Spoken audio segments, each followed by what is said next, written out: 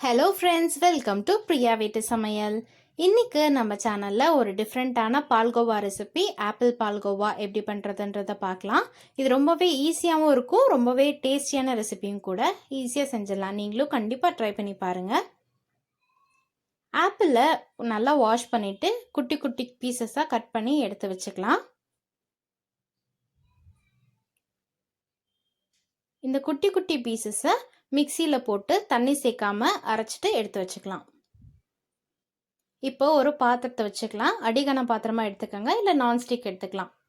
அதில் 1/2 லிட்டர் அளவுக்கு பால் இன்னைக்கு சேர்த்துருக்கேன். பால் சேர்த்துனதுக்கப்புறமா இந்த பால் நல்லா கொதிக்க விடுங்க. இந்த மாதிரி முதல் கொதி வரும்போதே நல்லா இந்த சைட்லலாம் கிளறி விட்டுடலாம். இந்த சைடில் சேர்ந்துருக்க ஆடையை கொஞ்சம் கொஞ்சமாக எடுத்து இந்த பால்லே சேர்த்துடலாம். இந்த பால் கொதித்து பால்கோவா பதத்துக்கு வர்றதுக்கு 1/2 லிட்டர் பாலுக்கு எனக்கு 1/2 மணி நேரம் ஆச்சு. ஃப்ளேமை ஹைலே வச்சுக்கலாம், ஆனால் கைவிடாமல் கலரணும். இந்த மாதிரி பால்கோவா பதத்துக்கு வந்ததுக்கப்புறமா இதில் நம்ம சர்க்கரை சேர்த்துக்கலாம். 2 டேபிள் ஸ்பூன் அளவுக்கு சர்க்கரை சேர்த்துருக்கேன். 1/2 லிட்டர் பாலுக்கு 2 டேபிள் ஸ்பூன் சர்க்கரை சேர்த்துட்டு இதை நல்லா கலந்து விட்டுக்கலாம். இது நல்லா கலந்ததுக்கப்புறமா நம்ம அரைச்சி வச்சுருக்க ஆப்பிள் பேஸ்ட் அதையும் இந்த ஸ்டேஜில் சேர்த்துடலாம்.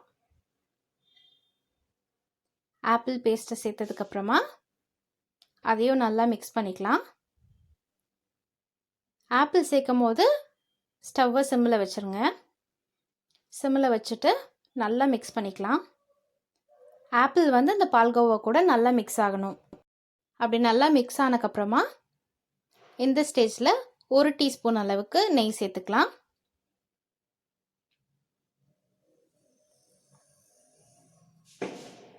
நெய் சேர்த்துட்டு இது எல்லாத்தையும் நல்லா கலந்து விட்டுக்கோங்க.